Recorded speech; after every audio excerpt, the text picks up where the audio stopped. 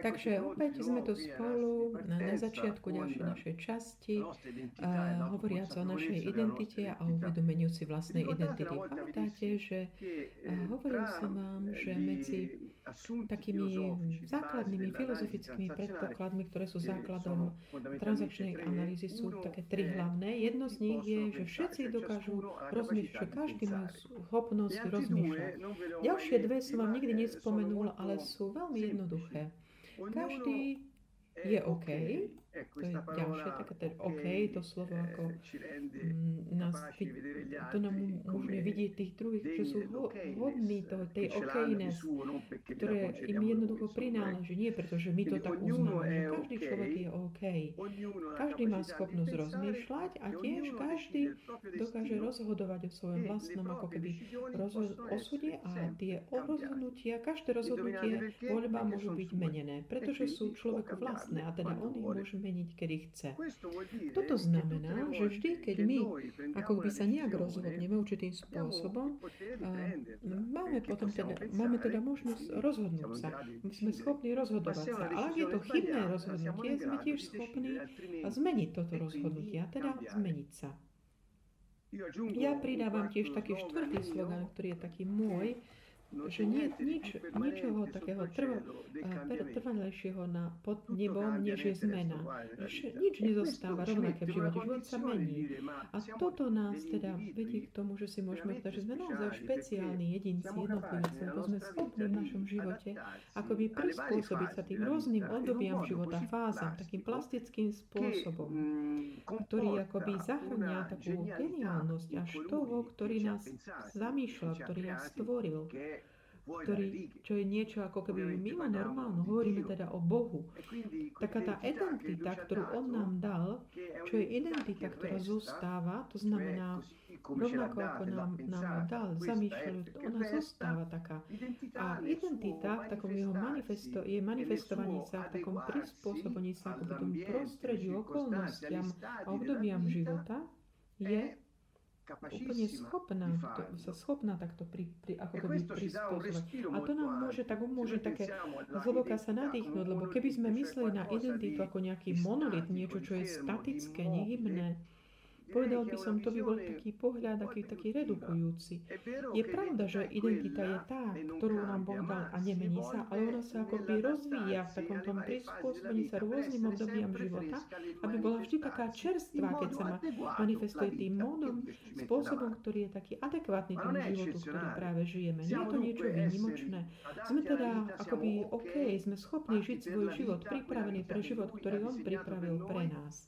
Pre ten osud alebo plán života, ktorý On napísal. A ten osud to nie je niečo, že kam pôjdem po smrti, ale osud v tom zmysle, že každý moment môjho života žitý podľa plánu, ktorý Boh napísal pre mňa už od večnosti.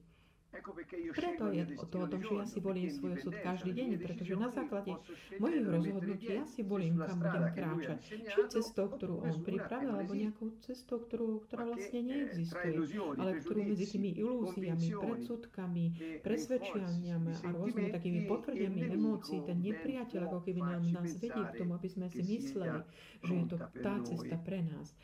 Ale je to v podstate, On to chystá, ale my si to volíme. Ako keby ide o to, že naša vôľa je tým úzlom kľúčovým. Naša vôľa je schopná voliť si, vyberať si, konať dobre. Pretože máme takú tú prirodzenosť, ktorá je náklonná k dobru, ktorú nám Boh dal, keď my sme prijali jeho pozvanie. Čiže naša vôľa má túto schopnosť rozhodovať sa. A keď my sa môžeme aj zmeniť naše rozhodnutie, vtedy sa môžeme aj zmeniť my. Čiže všetko to je postavené na tejto našej schopnosti, na tejto sile, ktorú Boh nám dal, môcť si voliť, vyberať, rozhodovať sa. Určite si pamätáte, že v Biblii mnohokrát Boh ako keby postavil svoj ľud pred voľbu, či život alebo smrť, požehnanie, či prekliatie. Som postavil, voľte si, vyberte si. Vyber si. Čiže toto je ten úvod, ktorý nás vedie k takému veľkému povedomiu, že tá identita, ktorú máme, je schopná ako by sa vrátiť na tú dobrú cestu, ak my sme sa nejak odklonili. Čiže môžeme sa vedome rozhodovať už na základe Boha, ak poznáme, ak máme intimitu s ním. Nemôžeme mať intimitu s Bohom, ak nemáme intimitu so sebou samými. Toto je ďalšia taká úvaha. Intimita.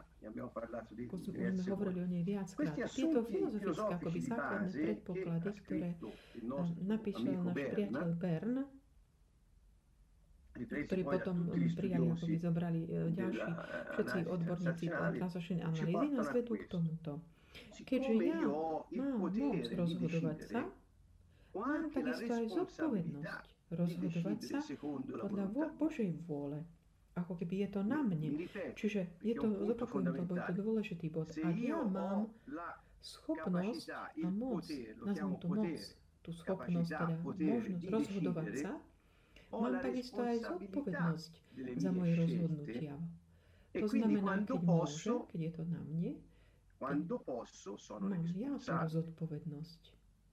To je tá moc sa rozhodovať jedným či druhým spôsobom nám dáva zodpovednosť. Nie v tom zmysle, aby ma to vystrašilo, že môžem pochybiť alebo čo, ale v tom, že sa cítim ja zodpovedný, uvedomujem si to, čo si vyberám za tie moje rozhodnutia voľby. Čiže keď ja používam takúto moc, ktorá je akoby vrodená v mojej identite, ktorú Boh mi dal, som si vedomý toho plánu Božieho, aj také adekvátnosti môjho rozhodnutia s tým plánom. Čiže ja mám, je to na mne, je to o mne. Naopak, keď akoby musím, namiesto toho, že môžem, keď som niečím tlačený, keď som akoby nutkaný nejakou povinnosťou, a už to nie je tá moja akoby voľba, ale že som len pod vydieraním, že mám strach, že sa pomýlim, alebo musím urobiť to, čo druhí očakávajú. Čiže to nie je o tom, že čo ja chcem, ale čo tí druhí chcú, alebo ja, ale na základe takých tých rodičovských nejakých podnetov, ktoré mám vnútri. Čiže kde je tá povinnosť, tam nie je ako keby tá zodpovednosť. To znamená, že nie je v tom zmysle, že nie som ja zodpovedný za moje skutky, ale že nie je tam to povedomie, pretože ak tie schémy rôznych predsudkov alebo ilúzií, ktoré mi nedovolia ako keby žiť moju vlastnú identitu, čiže neviem akoby čo robiť. Ježiš povedal, Otče, odpustím, oni nevedia, čo robia, pretože ak by to boli bývali, neboli by to urobili. Ja teda, keď tá zodpovednosť a povedomie o našich rozhodnutiach, to sebavedomie máme vtedy, keď máme akoby tú moc vyvoliť si, vyberať, keď používame ten náš potenciál. Nie vtedy, keď sme pod nejakým vydieraním a musíme niečo urobiť, lebo vy si to preložte takouto skúsenosťou, možno ktorú ste mali o kresťanskom prostredí. Koľkokrát ste možno mali možnosť, a to nechám na vás tú otázku, lebo ja nemám, každý máme rôzny príbeh. Koľkokrát vám bol predstavený, ako keby tá možnosť voliť si, vyberať to, čo Boh hovorí, dajúc vám tak zažiť tú moc toho nového života, ktorú máte, rozhodovať sa podľa Boha. Alebo to bolo tak, že na vás ukazovali prstom a hovorí, ak to tak neurobíš, že ťa budem súdiť. Nie Boh, ale tí ľudia, ktorí vám to akoby hovorili. Čiže ľudia, ktoré konajú alebo sú vedené prispôsobovať sa nejakým predpisom náboženským pod takým tlakom nejakej povinnosti alebo hrozby, stresu. Ale pre nás je dôležité dokázať akoby pochopiť, že Boh nám dal moc rozhodovať sa v súlade s ním, pretože máme jeho život a jeho prirodzenosť. Čiže my máme tú zodpovednosť za to, čo potom robíme, rovnako ako máme zodpovednosť za to, keď sa aj neprispôsobíme jeho vôle a konáme zlo. Čiže zanechať tieto úvahy sú veľmi také esenciálne. Naozaj je dôležité vidieť cítiť tú moc toho nového života, ktorú máme vnútri, alebo ktorú môžeme mať, ak príjmeme kráľovstvo. Ten život, ktorý je schopný dať do praxe tie Božie predpisy. Veď je to obsah vlastne novej zmluvy. Nehovorím nič nové. Prečítajme si Jeremiáša, Ezechiela. Napíšem môj zákon do vašich srdc a budete ich môcť dať do praxe, moje prikázania a predpisy. Čiže my máme túto schopnosť. A naša identita je tak stabilná a súčasne je plastická, takomto môcť sa manifestovať akoby tým adekvátnym spôsobom na tie sväté Božie potreby v každej chvíli nášho života.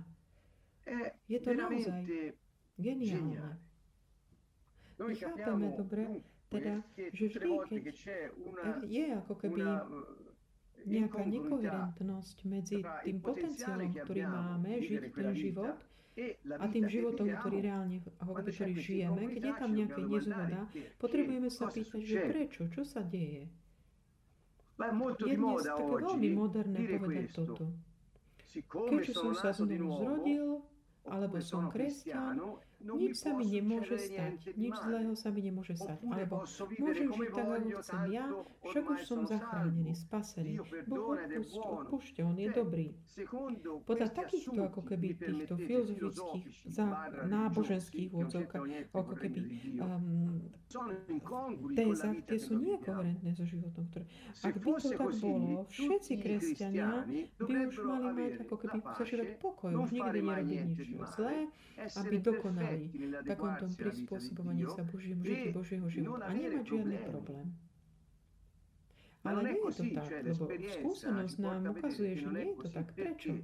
Pretože hoci máme už tú identitu, hoci máme ten potenciál v nás, v dôsledku tých situácií, ktoré sa teraz pozrieme lepšie, ktoré už od detstva ovplyvňujú naše rozhodnutia, naberáme akoby cesty, ktoré sú odlišné.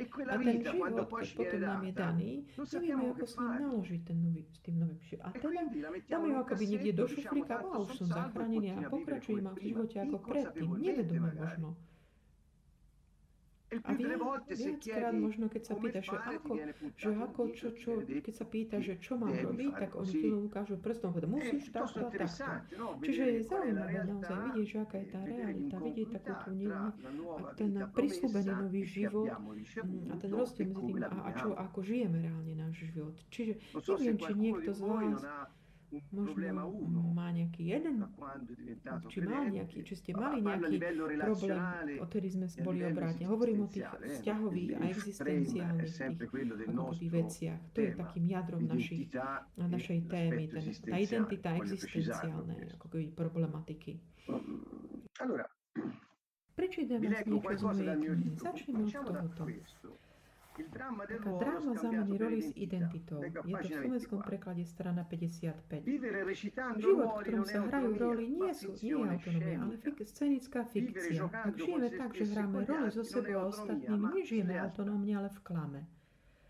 Aby sme sa pozreli na to a identifikovali, aké úlohy môže človek hrať vo svojom každodennom živote a s ostatnými, použijeme praktický interpretačný kľúč, dramatický trojuholník, ktorý navrhol Stephen Karpman, to je odborník transakčnej analýzy, ktorý študoval teda toto. Čo to znamená? On povedal, že ľudia v skutočnosti nežijú ako keby v súlade so svojou identitou, ale podľa akýchsi rolí, ktoré si akoby prišijú na mieru, aby mohli prežiť.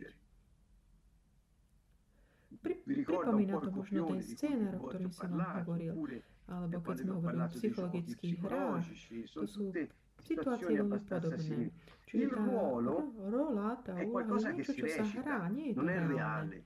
Nie je to naša identita, ale žijeme, ako by to bola naša identita.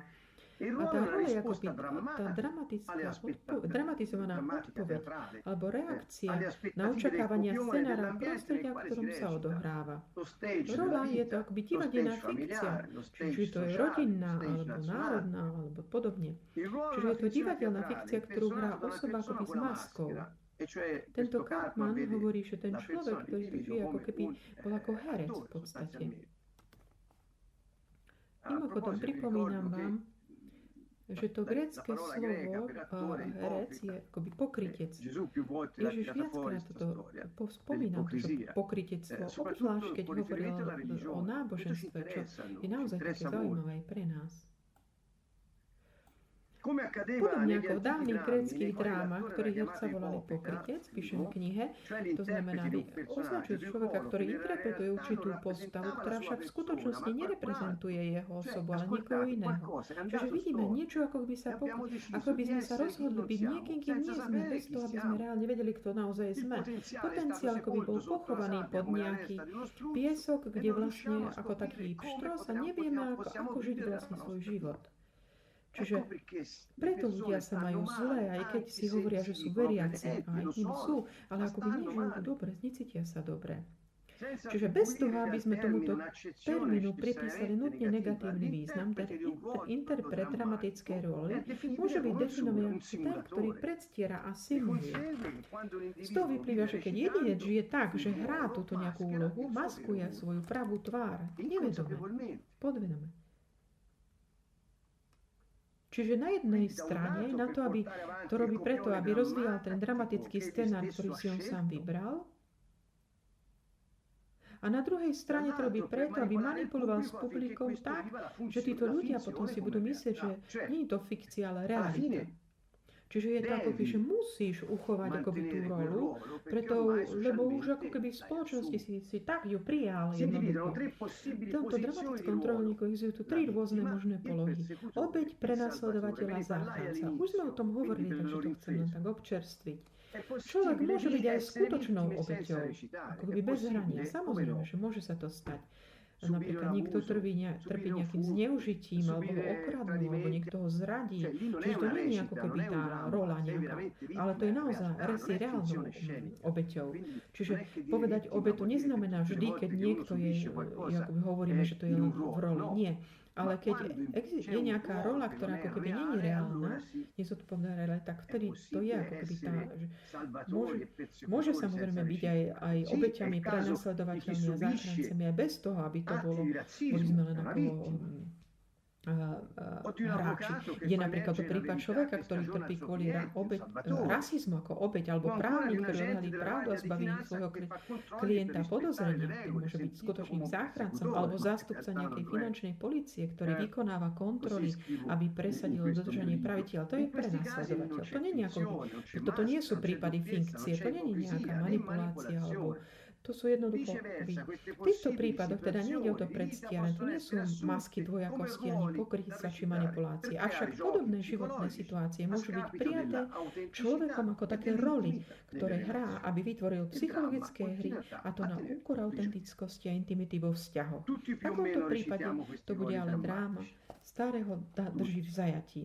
Všetci akoby vstupujeme do týchto hier. Tu ale vstupuje tá úloha tej existenciálnej pozície. Tie základné pozície, ktoré indukujú človeka do takého, že si ospravedlní akoby svoj výber scenára alebo tú svoju rolu, takú základnú, či už obeť, prenasledovateľ alebo záchranca, sa postavia na takom tom výbere tej pozície, ktorú si zobrali. Už od malička dieťa si formuje ako keby presvedčenia o sebe a o ľuďoch naokolo, a to najmä o rodičoch alebo tých referenčných postavách. Tieto presvedčenia ho budú pravdepodobne sprevádzať po celý jeho život, ako by boli akýmsi konštantným pozadím jeho rozhodnutí a budú riadiť jeho správanie, jeho spôsob myslenia, cítenia, vzťahy s ostatnými i štruktúrovanie času. Čiže ten referenčný systém akoby. Čiže, čo sa deje? Udeje sa, sú tie rôzne tie pozície. Je taká pozícia, ktorú máme, keď sa narodíme, a to je tá zdravá pozícia ja som OK, ty si OK, čiže plus. Radika, postavená, akoby zakorenená, prečítam vám to na strane 116 knih, je to postavené v takej tej, ako keby má to svoje korene v biologickej jednote medzi matkou a dieťaťom, ktorá zaručuje takú bezpodmienečnú odpoveď matky na potreby dieťaťa. To je strana 130 v slovenskom preklade. Čiže dieťa akoby prirodzene vie, že je hodné pre život. Čiže dieťa očakáva, že vlastne tú starostlivosť od toho, kto Boh predpravil na to, aby bol. Čiže napríklad mama na tú odpoveď potreby dieťaťa, že potrebuje mám hlad, tak mu ponúkne prso alebo mlieko. Čiže to je automatické. To není že mama by mu to dala, pretože dieťa mu za to nie. Nie, čiže takáto situácia, že ja som OK, ty si OK, vidíme v takejto funkčnej symbióze prirodzenej, ktorá je potrebná pre život. Inými slovami, priateľ, keď sa narodíme, Bohom sme boli stvorení tak, že očakávame jednoducho, že budeme žiť. Nie, že zomrieme, že budeme prijatí, nie odmietnutí, že budeme milovaní, nie zanedbávaní. Čiže narodíme sa, aby sme boli milovaní, ale aby sme aj milovali.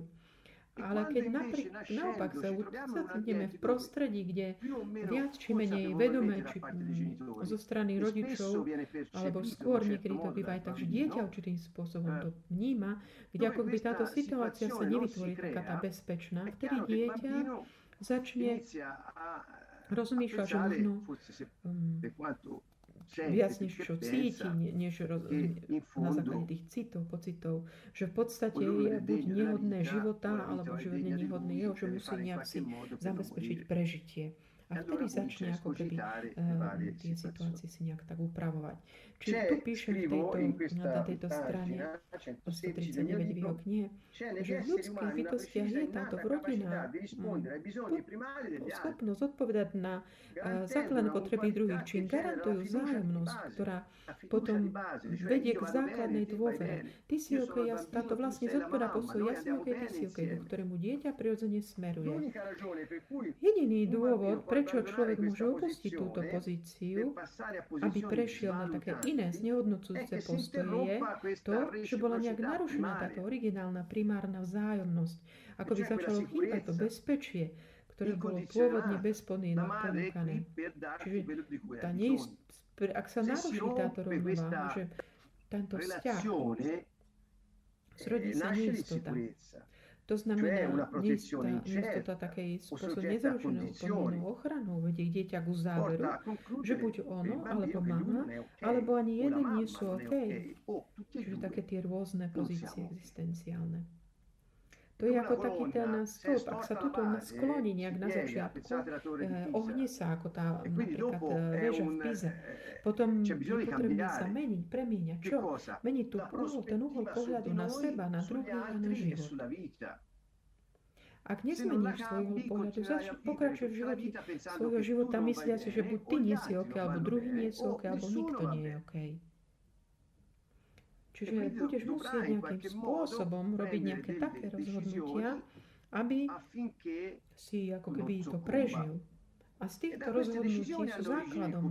Z tých sa rodí scenár, ktorý vedú človeka k tomu, že žije, ako by bol niekto iný. A tu prichádzajú tie role. Obeť, prenasledovateľ, záchranca. Potom prichádzajú psychologické hry rôzne. Základnou dôverou, s ktorou prichádzame na svet, teda môže byť zabitá neistotou vzťahovej väzby, ktorú produkujú opatrovateľia, či pestúni, alebo tí rodičia, či už vedomé alebo nevedomé. Tu píšem tiež, že dôvera sa rozvíja vo vernosti a je vrodená. To znamená, ja mám dôveru v teba. Ak ty si verný tomu, prečo si bol stvorený alebo stvorená, ja vytrvám v tej dôvere a moja dôvera sa bude rozvíjať. Ale ak z druhej strany akoby nie je tá vernosť tej láske, je jasné, že moja ako keby dôvera sa pokryvie a rozviniem si nedôveru či už v seba. Možno som ja nie OK, alebo preto ma nechcú, alebo nie sú OK oni, a preto ma nechápu, alebo nikto nie je OK, a teda život je na nič. Dôvera je niečo, s čím sa rodíme. Pamätáte si v Biblii, že každému je daná tá miera viery, čo to slovo viera znamená dôveru alebo vernosť. Čiže všetkým je daná je to dar, je to vrodené, Boh to vkladá do ľudí. A to isté platí aj ohľadom vernosti. Vzhľadom na to, čo umožní, aby tá dôvera sa rozvíjala. Preto Ježiš hovorí, milujte sa navzájom, ako som ja miloval vás. Lebo tej vzájomnej dôvere sa láska a dôvera rozvíjať. Dôvera v ľudí odráža tú dôveru, ktorú máme v Boha. Čiže je to niečo také zaujímavé na zváženie. Takéto, že nezradiť očakávania, s ktorými sme sa narodili, je zárukou zdravého vývinu človeka. V opačnom prípade si človek rozvinie život scenára, aby si zabezpečil bezpečie alebo istotu, ktoré akoby nedostal zadarmo. Za jej získanie však zaplatí vysokú daň, manipuluje druhých, alebo sa utieka k mágom, jasnovidcom a vyvolávačom duchov a podobne, lebo nejakým spôsobom musí vyriešiť akoby svoje problémy. Chápete, odkiaľ sa rodí táto potreba? Čiže Je tam veľký priestor pre všetkých. Tam je priestor ako magické zmýšľanie, tie ilúzie dieťa. Ak sa takto budem správať, bude sa toto, alebo tie rôzne presvedčenia detské. OK. Istý pán Erikson, je to psychológ z minulého storočia, vymyslel, akoby rozvinul takú tabuľku, ktorú sa volá akoby evolúcia osobnosti, že ako sa človek rozvíja, vyvíja v tých rôznych fázach života na základe určitých vekových období. Čo sa teda deje v určitom vekovom období. Nebudem čítať všetko, aj keď by to bolo veľmi zaujímavé. Na strane 117 mojej knihy môžete nájsť pár náznakov ohľadom tohto. Čiže každý tomto období zodpovedá určitá existenciálna kríza. Napríklad prvých 18 mesiacov života sa odohráva akoby taký zápas medzi dvoma tými. Jedno sa volá dôvera a druhá nedôvera. Ak zvíťazí dôvera, prevládne nádej. To znamená, si rozvinie tá čnosť nádeje. Ak zvíťazí ale nedôvera, rozvinie sa skôr tak akoby zúfalosť, nedostatok nádeje. Moje knihy som napísala veľa, nechcem vás ako keby tým tak zdržovať ohľadom toho, čo som napísala, ale je to naozaj také zaujímavé. Lebo nádej, ktorá sa rozvíja, kedy v týchto prvých 18 mesiacoch života nášho, čiže keď tam zvýťazí tá dôvera, lebo nachádza akoby verných tých, ktorých Boh určil, aby sa starali o toho človečka mladého. A to nie sú len rodičia, v podstate sú to aj tie ostatné osoby, ktoré sa starajú o neho, strýkovia, alebo starí rodičia, starší súrodenci, bratranci a tak ďalej. Keď zvýťazí teda táto dôvera, rozvíja sa nádej. Počujme, čo píše Muriel James, ktorá je autorka, ktorú viackrát som citoval. Veriaca, ktorá bola aj prezidentkou Svetovej asociácie transakčnej analýzy. Ona píše, že nádej je tá čnosť alebo moc, ktorá sa rozvíja, keď sa vnútorný konflikt ohľadom dôvery alebo nedôvery voči rodičom sa rozvíja. Táto nádej, keď sa rozvíja, môže pochopiť, podržať túto človeku, aj keď by bola jej nádej sklamaná. Pozrite sa na to, tá dôvera vnútorná, ako keby počas následného vývoja podrží toho človeka, aj keby sa možno udiali nejaké sklamania. To znamená, dôvera je niečo, čo môže byť akoby obnovené, ale ak nie je fiducia, teda dôvera môže byť niečo na novo rozvíjať, ale tá beznádej akoby je niečo hlbšie. K nádejou dieťa si získava tú dôveru, získava tú schopnosť vyriešiť problémy aj v budúcnosti, pre dobrú budúcnosť. Bez nádeje stráca záujem o budúcnosť. A takisto nemá dôveru potom už v prekonávanie ťažkostí. Keď sa nerozvinie táto dôvera, čiže aj nádej, produkuje to neschopnosti, prázdnoty v človeku, teda sa bude zverovať do rúk druhých. Často sú také rôzne tragické udalosti alebo rôzne udalosti života potvrdzujú akoby tú nedôveru. Čiže rozvíjajú sa ako keby nasledované krízy takým negatívnym spôsobom. Napríklad, prvé 3 roky, to znamená už po tých od 18 mesiacov po 3 roky, tam prebieha ten ďalší, ako keby ten zásad. Autonómia je na jednej strane, na druhej je akoby tá pochybnosť alebo hanba. Závisí od toho, že čo opäť tu zvíťazí tá čnosť, ktorá z toho ide, tá vôľa. To znamená schopnosť rozhodovať sa autonómne. Ak nezvíťazí tá autonómia, ale skôr hanba alebo pochybnosť ohľadom seba alebo druhých alebo životu, tedy potom je jasné, že naša vôľa nezíde z toho taká autonómna. Ale naopak bude sa stále zverovať druhým. Vtedy začíname akoby odozdávať moc druhým, lebo si myslíme, teda ja musím takto žiť. To znamená, moja vôľa nie je schopná rozhodovať, lebo ja mám akoby nedôveru vo mňa, v druhých alebo v život. Čiže zverujem rozhodnutia môjho života druhým. A hľa, tu sa rodia a postoja symbiotické symbiózy, ktoré potom naberajú silu, skôr rozhodnutia, také scenára. Tie základné. Potom máme ďalšie akoby evolutívne krízy až po až do konca, ako keby, lebo nikdy ako by neskončí taký proces premeny alebo revolúcie. Ďalšie tie čnosti, ktoré môžeme v tomto procese ako keby získať, sú či už sú výsledky pozitívne tých rôznych ako keby tých štádií vývojových. Po nádeji a vôli človek sa môže stať vedomý z toho poslania vlastného života. Potom prechádza na takéto uvedomenie si vlastných schopností, potenciálu. Potom sa rozvíja vernosť v životu. Potom sa rozvíja pocit zmysel lásky. A potom sa rozvíja tiež zmysel takého starostlivosti voči druhým.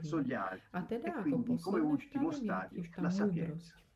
Toto sú v podstate také tie veci, ktoré napísal psychológ, ktorý je považovaná tá múdrosť ako niečo základ. A teda tieto veci sú považované základné psychológia. Odzrkadľuje to, ako budeme vidieť aj, čo sa deje reálne v životoch ľudí. A keď toto zoberieme teda do úvahy, chcem prejsť k tomu, že povedať si, že keď je ako v živote tá nedôvera, tak je ten prvá úroveň, ten prvý dôležitý zápas života.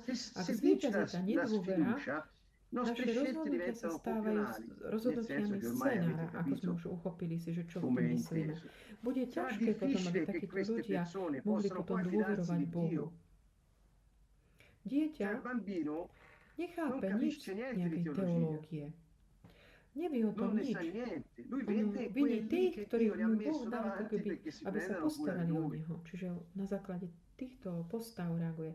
To, čo dokáže pochopiť ohľadom Boha, vidí to, čo vidí manifestované od svojich rodičov, alebo tých ľudí, ktorí sú dôležité v jeho živote, ako sa k nemu správajú. Čiže preto aj keď následne človek možno príjme, uverí v Boha, urobí to len na takom náboženskej úrovni. Nebude tam tá intimita, lebo nemá dôveru vybudovanú. Nenachádza ju v sebe. A ako môže potom vložiť dôveru v niekoho alebo niečo, čo nevidí? Hovorím teraz o dôvere, nehovorím o viere, ako to je tak s takým západným spôsobom chápané, alebo tým humanistickým. Keď hovoríme o viere, chápeme akoby o tak, že často len mentálne prijatie niečoho, čo ti bolo povedané. A povedal si mi to, takže je to tak, ok, verím tomu. Čiže mám vieru v to, čo mi bolo povedané.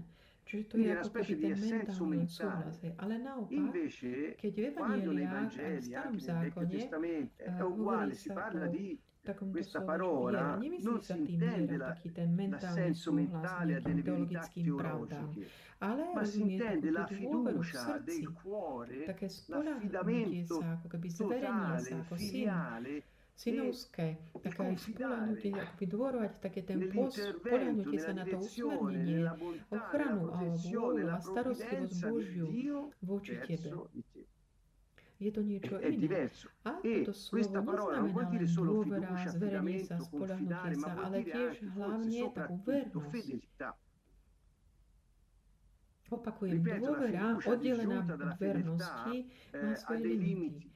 Lebo ak my nie sme verní dôvere úvodnej, ktorú sme získali, ktorú máme, a nie sme verní aj v manifestovaní tej dôvery voči druhým, sebe, voči životu, čiže aj voči Bohu, milujúc druhých a verne dávajúc bezpodmienečne to, čo sme prijali od Boha a tak ďalej. Čiže vtedy naša dôvera, ako keby bez zodpovedajúcich skutkov je mŕtva. Viera bez skutkov. Prečo? Ako môžem potom, že ja mám dôveru v Bohu, ale nie som verný tomu, čo on ako keby vložil do mňa. Čiže to by bolo niečo, čo nemôže byť.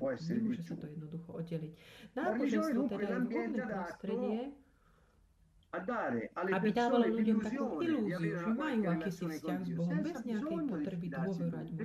Lebo ak sa naučil mať dôveru, je lepšie vytvoriť si ako keby nejaký taký vzťah s Bohom, ktorého nevidíš, ktorý máš pred ním nejakú určitú bázeň, lebo svedomie máš od neho, ale čo ťa vedie len v tom, že musíš, ale nie, že môžeš, ale že musíš urobiť niečo, čo hovorí, lebo inak si nezaslúžiš to, čo by si mohol získať. Čiže hovorím veľa o náboženstve tu na strane 118, 119, 20 mojej knihy. Prečítam vám prvé dve stránky.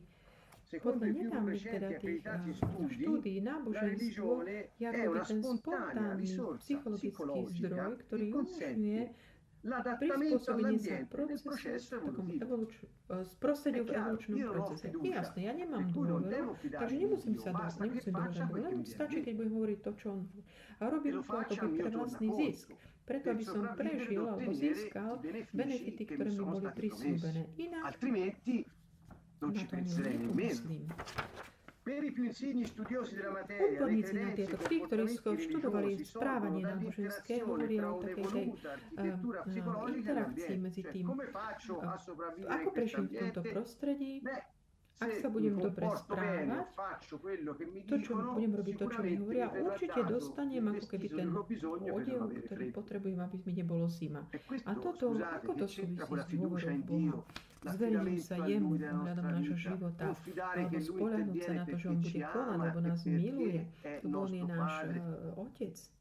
Vernosť jeho láske, ktorá takom odpovedaní na jeho moje potreby tu na zemi, prinášať jeho posolstvo a hovoriť všetkým, že Božie kráľovstvo je otvorené. V tomto nič takéto nenachádzame. Náboženstve, toto nie je, na to nie je priestor, lebo to, na čom záleží, je prežiť v nejakom nepriateľskom prostredí. Takže vytvorím si niečo metafyzické, v úvodzovkách psychologické, čomu sa prispôsobí, lebo inak by som umrel. Náboženstvo teda odpovedá na tú potrebu prispôsobiť sa prostrediu, aby prežil v tom evolutnom procese a naďalej odostal svoje vlastné gény. Čiže pokračovať v živote. Deti, potom žiť, deti zase pracovať, kúpiť si dom, auto, ísť do penzie a tak ďalej a vyrovnať si život len tak, ktorý možno v tom veku už aj možno nedostanem. Nedožijem. Čiže je tu niečo, čo nefunguje. Toto také prispôsobenie scenára, takéto náboženské, to je v niečo umelé. Je to niečo, čo poslúži len nám, aby sme sa necítili mimo, alebo tak. Je to ale mentálna predispozícia človeka uspokojiť svoje potreby, prispôsobenia, formujúci určité vieru, rituály, rôzne veci, ak takto urobím, tak to bude fungovať. Takže pozor na to, čo si oblečieš, čo používaš, lebo to je dôležité. Je smutné, keď kresťanstvo je zredukované len na toto. Ale vďaka Bohu nie je to tak všade. Čiže náboženstvo je ľudský produkt. Niekto to považuje za genetický faktor alebo taký spojenie psychologických mechanizmov, čo vlastne človeku poskytuje možnosť prežitia. Čiže prišiel som od takého zhromaždenia, zhrnutia tých postáv, obete a prenasledenia záchranca a potom tie existenciálne pozície. Napríklad, ak ja si poviem, že ja nemám hodnotu, ale ty áno, čiže minus plus, je pravdepodobné, že ja sa príjmem tú pozíciu po obete v podstate. Ak ja ale naopak mám takú, že ja som viac a ty si menej, čiže plus minus, skôr príjmem tú pozíciu tú záchrancu alebo prenasledovateľa vo väčšine prípadov, lebo ale milovaní, viac menej tieto pozície si všetci počas dňa viackrát prejdeme. Existenčné pozície, dramatické role a dôvera ako taký základný stupienok cesty života. Dobrá správa je, že ak tá prvý zápas sa nejak pokrivil v našom živote, môžeme ale stále akoby to upraviť, napraviť to smerovanie života, alebo nanovo môžeme objaviť svoju identitu, získať povedomie o svojom potenciáli a tiež si zodpovedne vybrať, keďže to môžeme robiť to, čo Boh hovorí. Pretože ako? Z lásky. Nie preto, že sme nútení kvôli prežitiu, ale preto, lebo život pozostáva práve z tohto. Milovať Jeho a milovať druhých, ako hovorí Ježiš. Milovať Boha, milovať blížneho je vlastne to hlavné. Preto hovorím, milujte sa navzájom, ako som ja miloval vás. Čiže vidíme, ako to ešte pridáva. Alebo hovorí, ako Boh vás miloval ako prvý, robte to aj vy, čiže nemôžete inak. Ak by všetci mohli prijať tú prostredí, kam prídu do tej rodiny, kam sú prijali všetku tú lásku, pre ktorú človek je pripravený, aby žil, vtedy naozaj by neboli žiadne problémy. Čiže rodina je esenciálne ten centrálny úzol toho problému v spoločnosti. Čiže hovoríme o jedincoch, jednotlivcoch, osobách. Môžeme získať nové povedomie o týchto veciach a zmeniť sa. A inak sa rozhodovať, čiže prerozhodovať. Prečo? Pretože sme schopní robiť to. Aj na biologickej úrovni, vďaka posledných objavov neurobiológie, bolo dokonca zistené, že videli, ako som to spomínal, že neuróny sa môžu nanovo formovať. Synapsie, ako keby diaľnice v našej mysli, ktoré sú dané tými správaním alebo emotívnymi spomienkami, to sa môže všetko preformovať, lebo môžu sa preformovať. Sme plastickí, dynamickí. Sme stvorení na obraz a podobu Božiu. Pamätáte si ten ohnivý voz z Ezechiela, ktorý mal tie kolesa, čiže Boží duch a to kolesa. Čo to znamená? Že nikdy nie je ako keby zabrzdený, neustále dynamický, stále akoby koná, pracuje. Ježiš hovoril, môj otec vždy pracuje, on vždy robí niečo. On je stále aktívny a ja robím všetko to, čo vidím robiť jeho. Čiže aj my nie sme akoby stabilní, sme teda zabrzdení, ale sme teda stabilní, pevní, ale nie pasívni, lebo pasivita je pliaga. A Boh nie je pasívny. Prečítam vám záverečnú časť tejto kapitoly. Verná dôvera a dôverujúca vernosť som to nazval. Strana 157. Scenár, to je život napísaný v knihe lži, má teda protied. Je ním verná dôvera Pána a v jeho plán pre nás, ktoré vidíme najprv v našich rodičoch a opatrovateľoch a potom si ich privlastníme počas rastu. Keď robíme veci pripravené od Boha, sme spravodliví. Čiže to, čo pripravilo do večnosti, sme spravodliví. Pretože sa neodchylujeme od plánu a robíme to, čo bolo pripravené pre naše dobro a dobro všetkých. Ale ako žiť v tejto dôvere? Ako ju spoznáme? Takéto otázky si kladiem v tejto knihe. Ako to spoznám? Ako môžem výjsť zo scénára žiť podľa knihy života? Ako? To je téma nasledujúcich kapitol.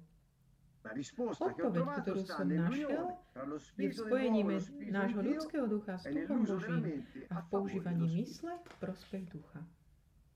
To jest, keď sme jedno s ním, formujeme s ním jedného ducha. To je Boží duch, obýva našu osobu kompletne a premieňa našu myseľ. A my môžeme dať do praxe plán života, ktorý Boh napísal pre nás. Galatianom 2:16. Začneme od veršu 15. Hovorí, my sme rodiny Židia, nie hriešni pohania. A vieme, že človek nie je ospravedlnený zo skutkov podľa zákona, ale iba skrze vieru v Ježiša Krista. Viera v Krista Ježiša. Čiže sme ospravedlnení skrze vieru. Hovorí, v skutočnosti tento verš v gréčtine nehovorí, že sme boli ospravedlnení skrze vieru v Krista. To znamená, že my máme vieru v Mesiáša. Ale hovorí, že sme boli ospravedlnení skrze vieru v Mesiáša. Táto stať preložená týmto spôsobom v jednom komentáre od Davida Šterna, ktorého som viackrát citoval, hovorí, my sme teda dospeli pri presvedčeniu, že človek nie je považovaný za ospravedlnený na základe svojho zákonického dodržiavania príkazov zákona, ale skrze vernú dôveru Ježišovu, Mesiášovu. Čiže on mal dôveru za nás a on bol verný až do konca. Preto sme ospravedlení, nie preto, že my máme dôveru v Neho. Toto prichádza ako ďalší krok, aj to je potrebné, ale základný bod je, že on mal túto dôveru, túto vieru. A ďalej. A preto aj my, keďže on mal túto dôveru, aj my, keďže zmeníme referenčný systém, rodičovský model a učím sa, keďže on mal dôveru, aj my sme vložili našu dôveru v Ježiša Mesiáša, aby sme boli vyhlásení za spravodlivých na základe vernej dôvery Mesiáša a nie na základe zákonického dodržiavania zákona. Lebo na základe tohto dodržiavania zákona legalistického nikto nebude ospravedlnený. Čiže my sme ospravedlnení skrze dôveru. Prvú dôveru Ježiša Krista, ktorého práve preto sme si aj my vložili našu dôveru. Jemu sme sa zverili a spoliehame sa na Neho ohľadom všetkého. Mohli by sme tiež uzavrieť Galatianom 3:22 hovorí, písmo uzavrelo všetko pod hriech, aby veriaci alebo dostali prisľúbenie z viery v Ježiša Krista, aby teda všetko dobre mohlo byť tak pridané. To je také zvlášť. Ale čím hovorí, že to, čo bolo nám prisľúbené, príjmeme skrze vieru veriacich. Čo dáva zmysel, tak zdôrazňujeme my tu, kde hovorí tiež, že všetko toto bolo dané skrze vieru Ježišovu. Čiže aj v tomto verši je to. Iba takto vidíme, že to nie je naša zásluha. Iba takto chápeme, že náš, ten, ktorý sa o nás stará, náš caregiver, ktorý vo všetkom sa o nás stará, aj o našu osobu, je našim referenčným modelom. On mal dôveru Otca a mal, počúvate, on bol verný tej úlohe, ktorú mal, životu, ktorý Otec mu dal, ako ľudskej bytosti. On bol verný až do konca. A pomyslite, ako dôveru mal. Toto je úplne prevratné. On mal dôveru, že aj keby zomrel, Otec ho vzkriesi z mŕtvych. Hovorím, to je dôvera obrovská, tak veľká, pretože on išiel až na smrť spôsobom, ktorým bol vedomý si to aj spôsobu a urobil to skrze tú vernosť a mal dôveru, že potom bude Bohu ako Otcovi sa zapáči ako obeť a bude vzkriesený. Čiže vďaka tejto dôvere, vďaka tejto vernosti my sme uspravedlení pred Bohom a on sa stal našim referenčným modelom. A teda od neho sa môžeme učiť. Ale vložíme dôveru v dielo Ježišovo, aj my môžeme mať vidieť neviditeľné, veriť neuveriteľné a konať nemožné. Rovnako ako robil Ježiš Kristus, pre dôveru, ktorú on mal v Otca. OK. Takže dúfam, že som vám tak odozdal trošku takého nadšenia pre dôveru a nádej, ktorá je motorom preto, aby sme sa dostali z tých drám, rôznych scénárov a rolí a čohokoľvek iného, čo nás tak privodí do ilúzií, že žijeme svoj život, aj keď ho nežijeme.